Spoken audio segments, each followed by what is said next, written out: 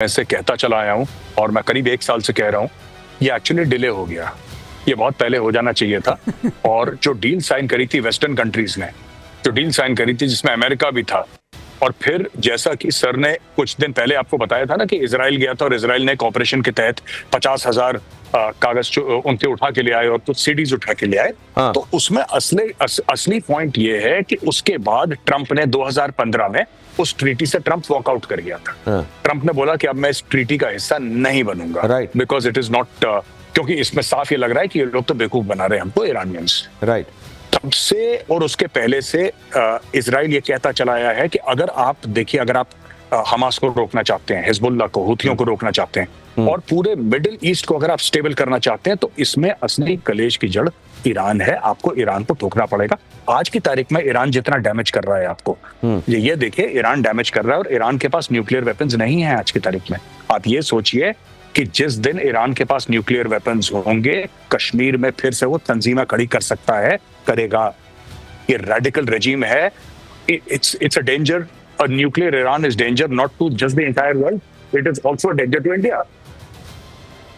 ये केवल दुनिया के लिए खतरा नहीं है, भारत के लिए ये बहुत बड़ा खतरा है। मेजर गौरव आर्या ये कह रहे हैं कि बल्कि इस कार्रवाई, अब एक बात और मैं समझना चाहता हूं, ये देखिए जरा, ईरान को डोनाल्ड ट्रंप की सीधी धमकी, न्यूक्लियर डील को लेकर ट्रंप ने ईरान को धमकी दी, इजराइल से डील करो नहीं तो तबाही होगी, इजराइल के पास कई खतरनाक हथियार हैं, डील का विरोध करने वाले ईरानी मारे गए, ये कहा है डोनाल्ड ट्रंप। अब ये डोनाल्ड ट्रंप इसमें भी बड़ा जी प्ले कर रहे हैं। एक तरफ वो कह रहे हैं अमेरिका का कोई लेना देना नहीं, अमेरिका का इसमें कोई हाथ नहीं है, ये सब इजराइल ने किया है। दूसरी तरफ वो कह रहे हैं जल्दी डील करो, इजराइल के पास खतरनाक हथियार हैं।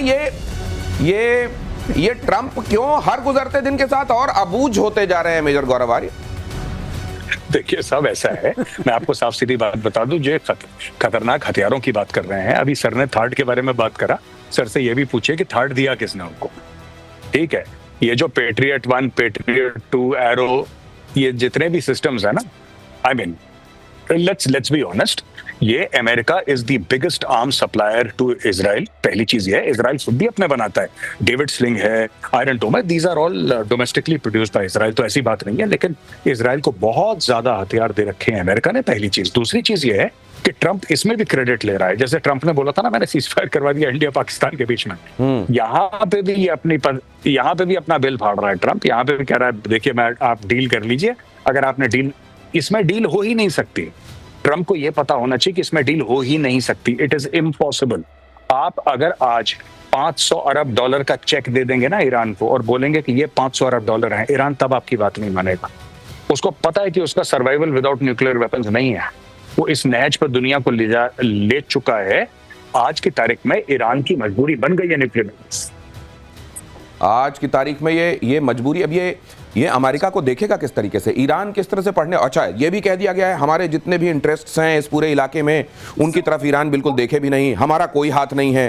फिर ये भी कि इसको साइन कर दो, नहीं तो इसके नतीजे बुरे हो जाएंगे। ये क्या दिखाना चाह रहा है अमेरिका? दिनेश, एक बात पक्की है कि इजराइल के पास जो भी हथियार हैं, उसमें जो टेक्नोलॉजी है और जो चिप्स हैं, जो कंप्यूट पावर है, वो उन देशों से आती है जिनसे अमेरिका जिनके ऊपर इन्फ्लुएंस कर सकता है। तो जो भी वहां प्रोडक्शन होता है वो सारा का सारा अमेरिकन सहयोग उनके संबंध से होता है। और दूसरी चीज, इनके पास जो जहाज है F-35 जिसको लेकर के वहां गए, उन्होंने अटैक किया है, वो भी अमेरिकन ही जहाज है, क्योंकि ये जहाज नहीं बनाते हैं। और वहां पर इस तरीके से घूम रहे हैं अमेरिकन जहाज। अभी मैं किसी से बात कर रहा था, जैसे कि कोई एयर ट्रैवल हो रहा है, सारे के सारे ईरान के ऊपर F-35 छाए हुए हैं। और जहां तक ये लग रहा है कि ये कैंपेन आज नहीं रुकने वाला है दिनेश, ये कैंपेन कम से कम 2-3 हफ्ते चलेगा।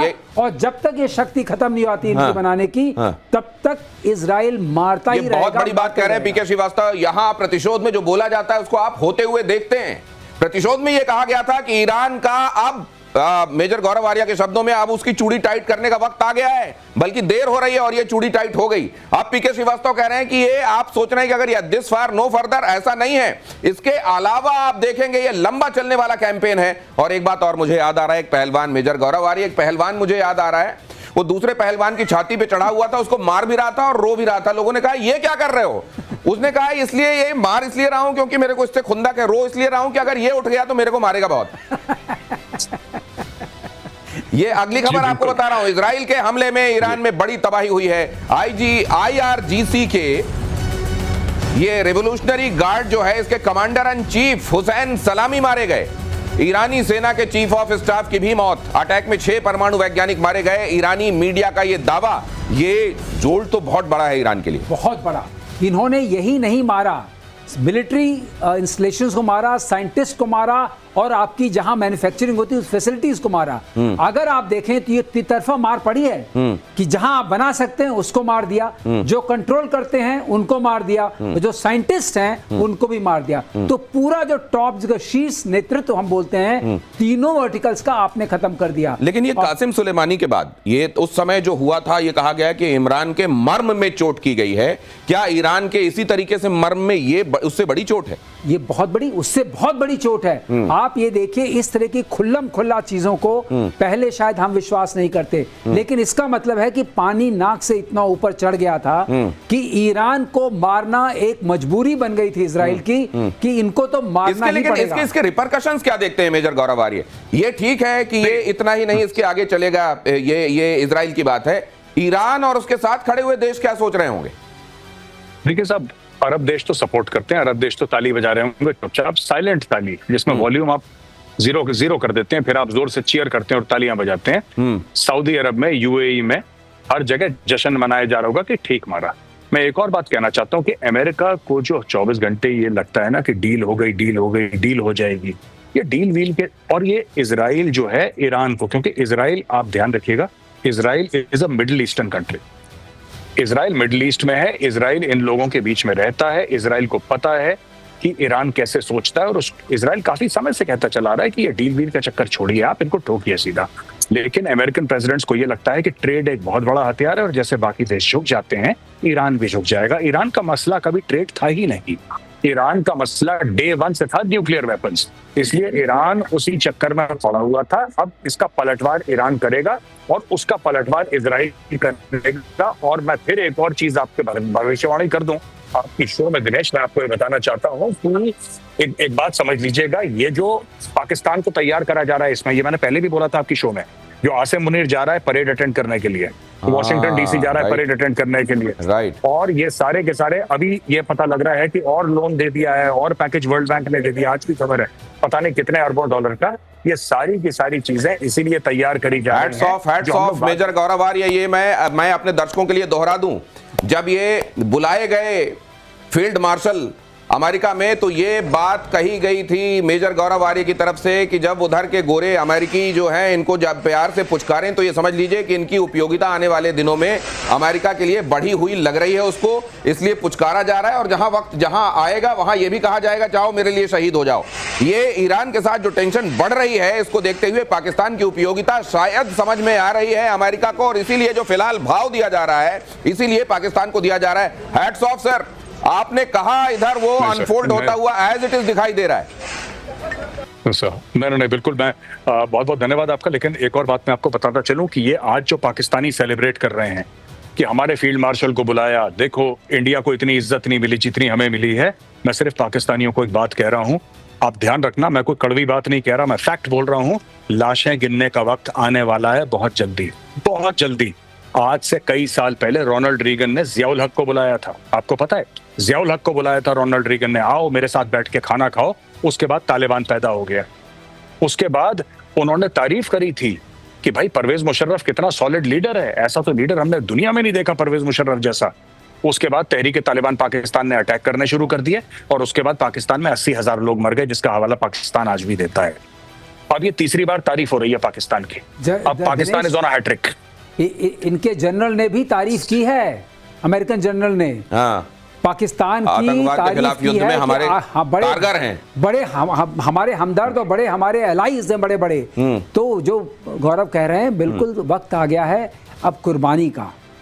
तो ये जो बकरे को खिला पिला के, ये बकरे को खिला पिला के हलाल किए जाने की तैयारी, लेकिन बकरा इस बात से बाखबर है या बेखबर है ये पता नहीं। ईरान ने इजराइल के हमले को डिक्लेरेशन ऑफ वॉर बताया।